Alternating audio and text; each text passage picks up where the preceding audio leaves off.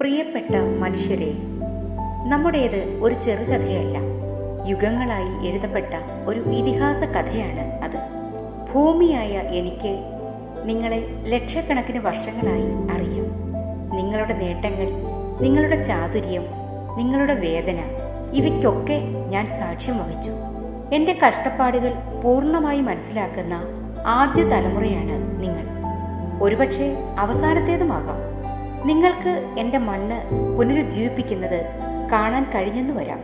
എല്ലാ തലമുറകൾക്കും, സാഹസികർക്കും, തുടക്കക്കാർക്കും, ചിന്തകർക്കും, സ്വപ്നജീവികൾക്കും, നിങ്ങളോടെല്ലാവരോടും ഞാൻ പറയട്ടെ, നമ്മെ ഒരുമിപ്പിക്കുന്ന ഇടങ്ങളിൽ, കാര്യങ്ങളിൽ നമുക്കൊത്തുചേരാം.